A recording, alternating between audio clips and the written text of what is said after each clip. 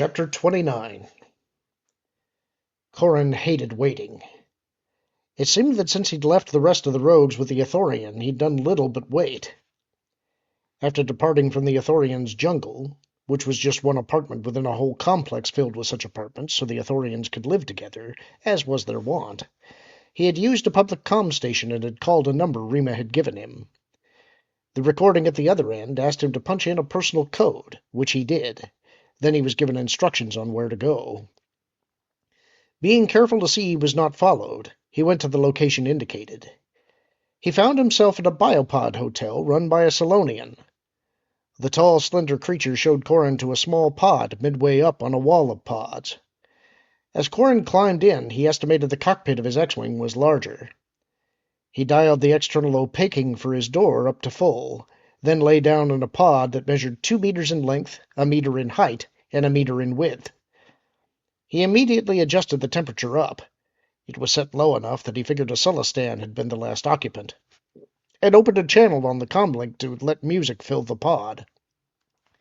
The datapad display unit above his face flashed through a series of instructions concerning fire exits, the location of refresher facilities, and the locations of nearby culinary establishments. He watched that until one advertisement showed a Gamorrean digging a paw into a bowl of something pink that pulsed, at which point the need for locating food became moot.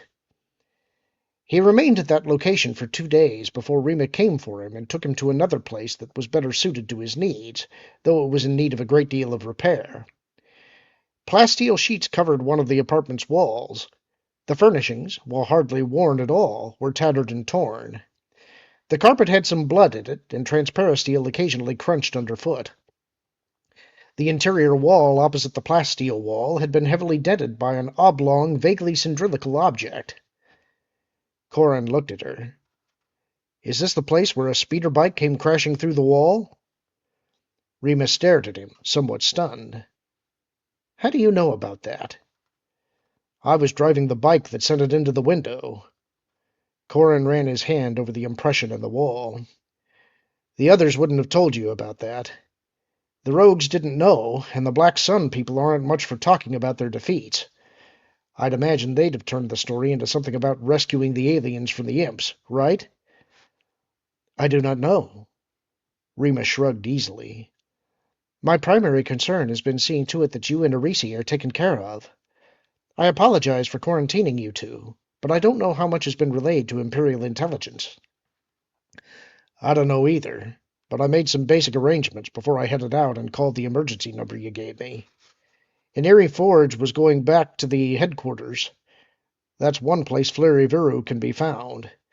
It was my bad luck that Zekathine was there the night I visited. That's what initiated the chase that ended with my running into the Imperial raid on the alien Combine. The other rogues have the headquarters as a touchstone. I gave them no way to reach me, and I have no way to reach them, save through using Iniri as a cutout. I imagine the alien Combine also has a way to reach the other rogues. Has there been any word on Errol?" Rima shook her head. Corran frowned. "Does that mean there's no information? Or there is, but I don't need to know it?" "There is no news." Rima's shoulders sagged just a bit. "There was a lot of confusion in the aftermath of the raid. Some reports have suggested a group of Sulistans were let off early on, but we've no confirmation of that, nor any indication they are in any way in any of the prisons here. They vanished, and so has Errol." "People tend to do that." Corran's hands knotted into fists. "One thing that's important. I need to talk to Commander Antilles." "Who?" Corran smiled wearily at Rima. "I'm here. The other rogues are here, including Tycho. Commander Antilles has to be here, and I need to speak with him. I saw something the other night that he needs to know about." "If it is that important, perhaps I need to know about it." "Not with you being as close to Tycho as you seem to be." Corran shook his head. "You don't need to know, Rima. Sorry. Squadron business."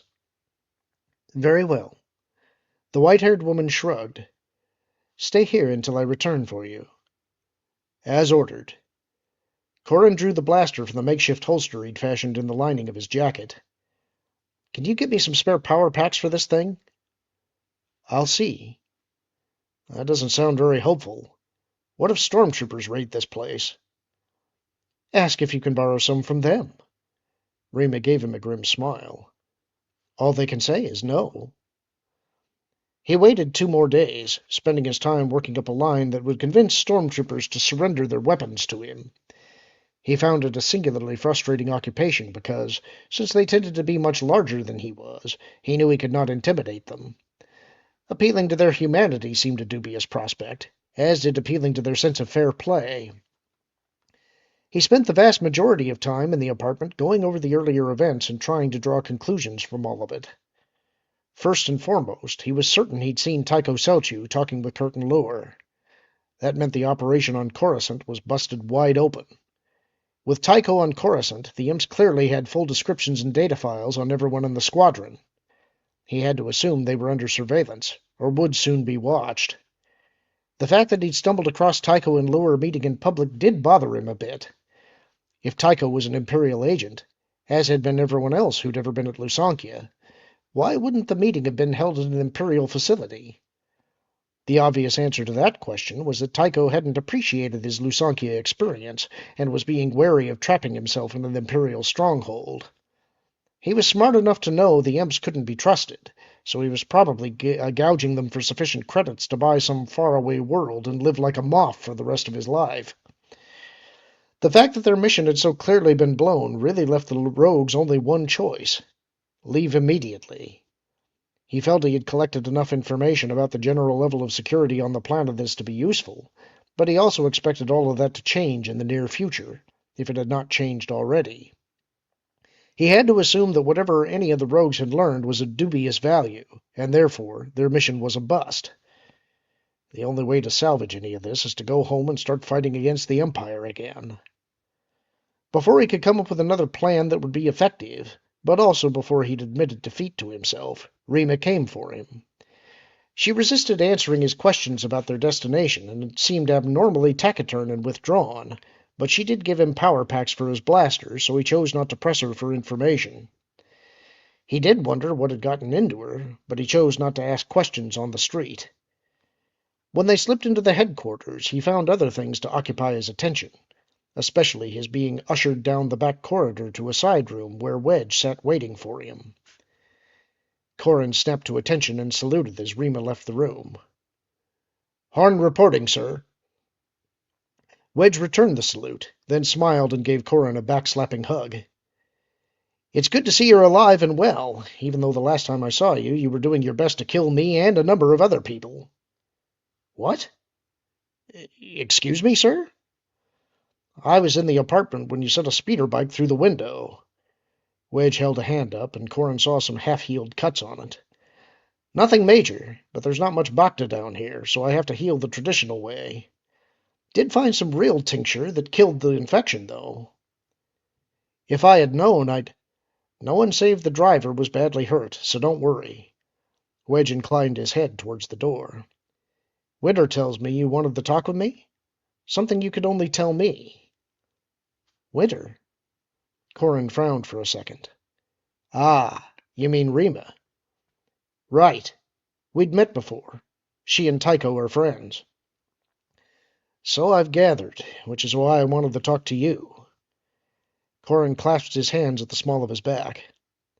5 days ago, right here in the headquarters, I saw Tycho Celchu talking with Curtin Lure, an Imperial intelligence agent." Wedge looked surprised, then frowned and slowly shook his head. 5 days ago?" "Yes, sir." "That's impossible." "I know what I saw, sir." Corran jerked a thumb back towards the bar. "I saw him as sure as the Emperor is dead." He tried to make his statement sound certain, but he was getting a feeling of confusion and sorrow from Wedge's expression. "Really, I did see him." "That's impossible, Corran.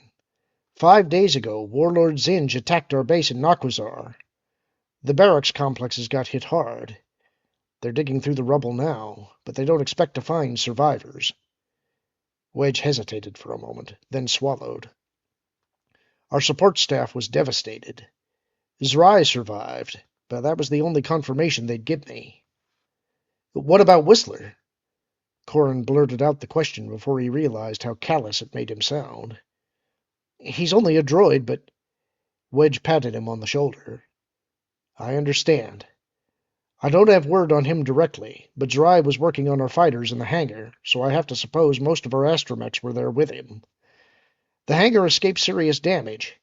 If any news comes through, I'll let you know. Thanks. Corran took a deep breath and tried to sort everything out in his mind. So what you're telling me is that if I saw Tycho, I saw a ghost? Now, that's about the size of it. And you told Rima? Winter? That's why she was so quiet.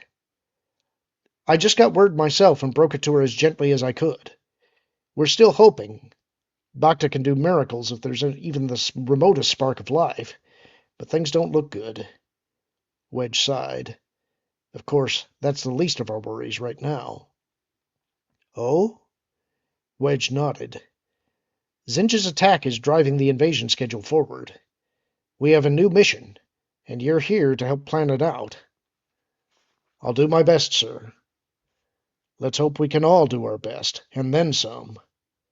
Wedge slowly exhaled.